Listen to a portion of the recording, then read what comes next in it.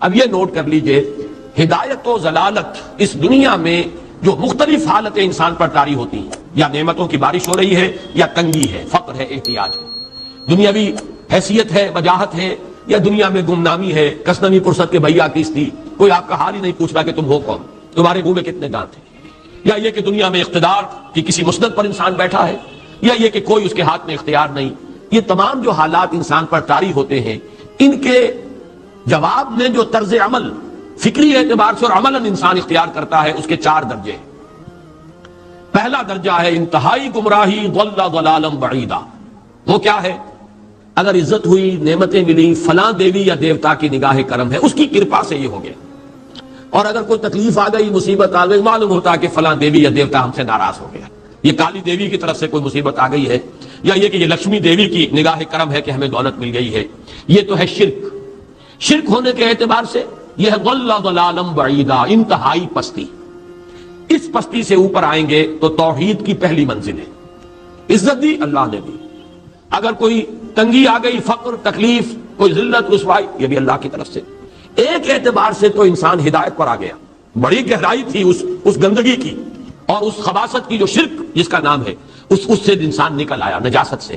توحید تو ہے، لیکن ابھی اس میں اس کی گمراہی کا ایک ایلیمنٹ شامل ہے، اور یہ گمراہی سے جب تک آگے نہیں آئے گا، اوپر نہیں ابھرے گا، اس کا طرز عمل کیا ہوگا کہ ذرا کچھ مل گیا، عزت مل گئی، پھولے نہیں سما رہے، اب زمین پر قدم نہیں ٹک رہے، گردن اکڑ رہی، کہیں محرومی ہو گئی، کوئی تکلیف آ گئی، کوئی مشقت، فقر آ گیا، اب بجھ کر رہ گئے۔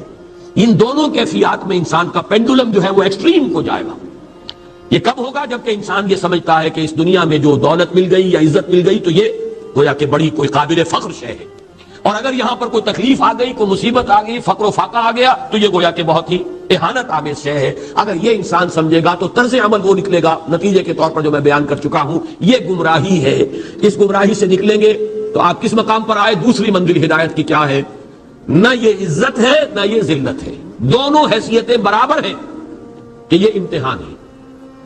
اسی لیے ان دونوں آیتوں میں ایک لفظ قدر مشترک ہے، اذا مبتلاہ فاما الانسان اذا مبتلاہ ربہ فاکرمہ ونعمہ۔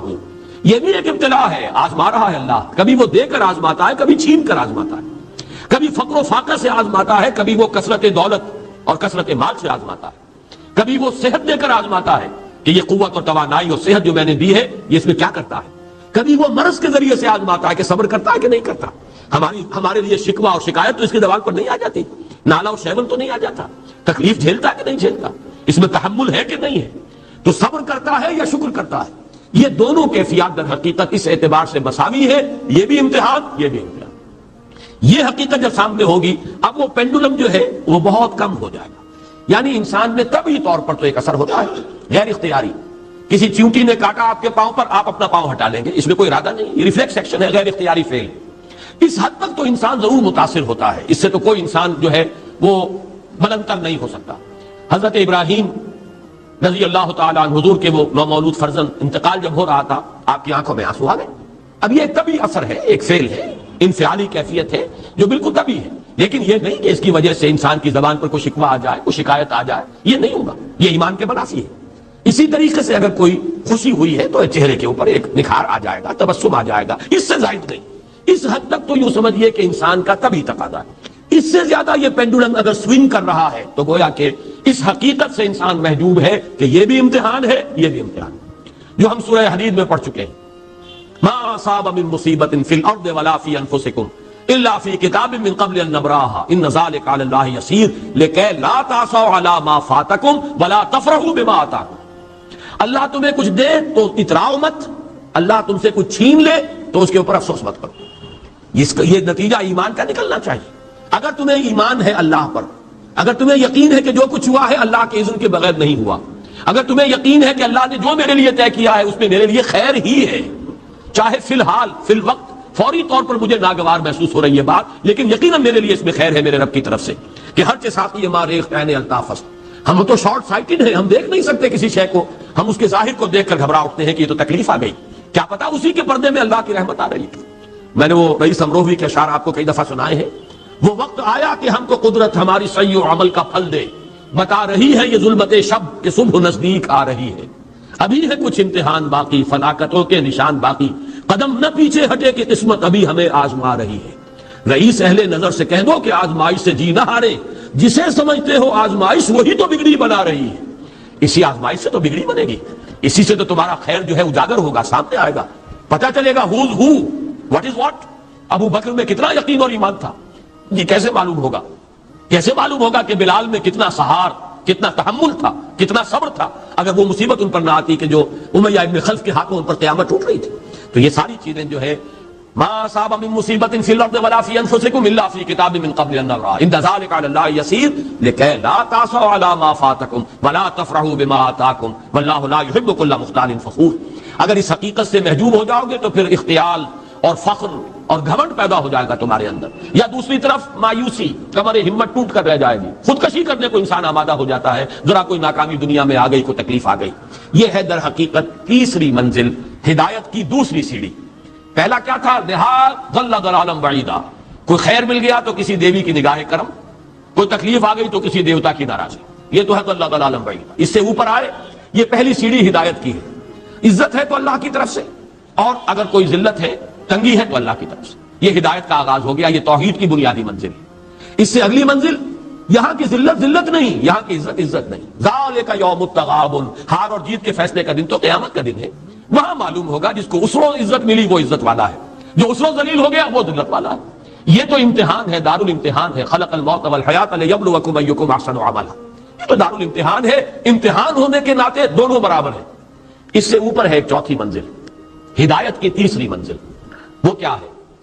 عام طور پر انسان یہ سمجھتا ہے کہ یہ جو آزمائش ہے تنگی کی اور فقر و فاقہ کی، یہ سختر آزمائش ہے، اور نعمتوں کی بارش ہو تو یہ آسان آزمائش ہے۔ یہ بھی ابھی گمراہی کا ایک پرت جو ہے اس کی باقی ہے۔ ابھی ہدایت کا جو کامل جو ہوگا انکشاف، وہ کب ہوگا؟ جب انسان اس حقیقت کو جان لے کہ جہاں وسعت ہو، جہاں کثرت ہو، وہ زیادہ بڑا امتحان ہے، سخت امتحان ہے، بجائے اس کے کہ اگر قلت ہے، کمی ہے، یہ کم تر امتحان ہے، یہ کم بھاری امتحان ہے۔ کیوں؟ کہ اگر آپ کے پاس کثرت ہے، آپ کے اندر غفلت پیدا ہو جائے گی، کثرت کا لازمی نتیجہ غفلت ہے، اور اگر قلت ہے، بمشکل گزارا ہو رہا ہے، تو اللہ یاد رہے گا، راتوں کو گڑ گڑائیں گے۔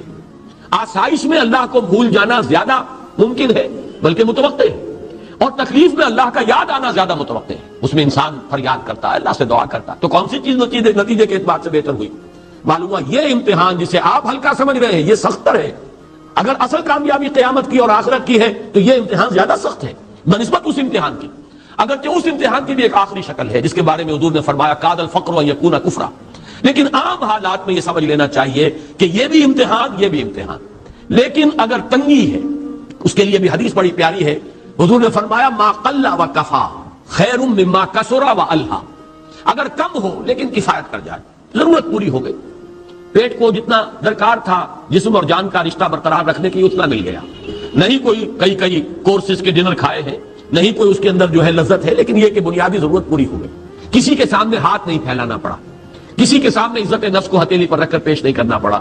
ما قل و کفا، جو کم ہے لیکن کافی ہے، خیر وہ کہیں بہتر ہے اس سے، مما کثر و الہا، جو ہو تو بہت لیکن اس سے غفلت طاری ہو جائے۔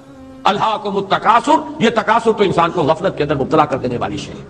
یہ ہے اصل میں کہ جس کے لیے تاریخی اعتبار سے نوٹ کر لیجئے واقعہ امام احمد ابن حنبل رحمہ اللہ، ان کی تاریخ کا، ان کی زندگی کا یہ واقعہ بہت ہی سبق آموز ہے۔ خلق قرآن کے مسئلے پر جب خلافت بنی عباس کے دوران ان پر تشدد ہو رہا تھا، مارا جا رہا تھا، جیل میں تعذیب، پرسیکیوشن، وہ مار ماری جا رہی تھی جس کے بارے میں آتا ہے کہ اگر ہاتھی کو بھی وہ مار ماری جاتی تو وہ بھی بلبلا اٹھتا۔ اس وقت کبھی ان کی آنکھوں میں آنسو نہیں آئے، ایک صبر اور ثبات اور استقلال کا پہاڑ کھڑا جھیل رہا۔ پھر وہ حکومت تبدیل ہو گئی، اب وہ جو خلیفہ وقت ہے وہ خود اس مسئلے میں ان کے ہم خیال ہیں، اب انہیں جیل سے تو نکال دیا گیا۔ اس کے بعد یہ کہ ایک وقت آتا ہے کہ دارالخلافہ سے اشرفیوں کی ایک تھیلی لے کر ایک شخص آتا ہے کہ یہ خلیفہ نے آپ کو ہدیہ بھیجا ہے، نذرانہ ہے، اس پر رو پڑے اور یہ عرض کیا بارگاہ خداوندی میں، پروردگار میں اس آزمائش کے قابل نہیں ہوں، یہ آزمائش کہیں سخت ہے، یہ سنہری آزمائش، وہ پہلی آزمائش، اس کو ریزسٹ کرنا جو ہے، ٹیمپٹیشن کو ریزسٹ کرنا، یہ کہیں مشکل ہے اس پرسیکیوشن اور اس تشدد کو برداشت کرنے سے۔ تو یہ خاص طور پر یہ نمایاں نشان ذہن میں رکھیے۔ تو ان آیات میں کہ جو نہایت اہم ہے یہ دو آیتیں قرآن مجید کی، بظاہر سوال آتا ہے کہ اس میں حرج کی کون سی بات ہے؟ اللہ تعالیٰ معز ہے، اللہ تعالیٰ مذل ہے.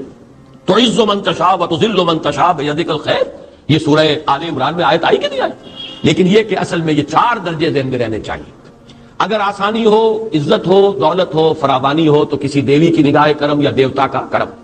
تکلیف ہو، مصیبت ہو تو کسی دیوی یا دیوتا کا اظہار غضب، ناراضگی کا مظہر. اس سے اوپر آئے جو عزت دی ہے اللہ نے دی ہے، مجھے اللہ نے باعزت کر دیا دنیا میں، اور یہ ذلت اللہ نے مجھے ذلیل کر دیا، اس کے اعتبار سے یہ ہدایت ہے. توحید تو آ گئی، لیکن ابھی گمراہی کا ایک ایلیمنٹ شامل ہے. وہ گمراہی کیا ہے کہ نہ یہاں کی عزت ہے، نہ یہاں کی ذلت ہے. وہ جو بھی سردی گرمی اور نرمی سختی، ان تمام کو جو ہے وہ برابر رکھو کہ دونوں جو ہے یہ آزمائش کی کیفیتیں برابر ہیں. یہ ہو گئی گویا کہ اس سے ایک درجہ بلند. ابھی اگر ذہن میں آپ کے یہ ہے کہ یہ فراوانی اور دنیا میں نعمتوں کی بارش اگر ہو رہی ہو تو اس کو سمجھنا کہ یہ ہلکی آزمائش ہے، اور اگر فقر و فاقہ ہو، تنگی ہو، گمنامی ہو، اور دنیا کے میں کوئی حیثیت اور اہمیت حاصل نہ ہو تو یہ گویا کہ زیادہ سخت امتحان ہے. تو ابھی گویا کہ گمراہی کا ایک ایلیمنٹ موجود ہے. حقیقت منکشف ہوگی جبکہ یہ بات واضح ہو جائے کہ یہ امتحان جو ہے نعمتوں والا امتحان یہ سخت تر ہے، اور فقر اور احتیاج والا امتحان یہ نسبتاً آسان ہے. اس میں اللہ کی طرف رجوع کی توقع زیادہ ہے، اس میں غفلت کا اندیشہ زیادہ ہے.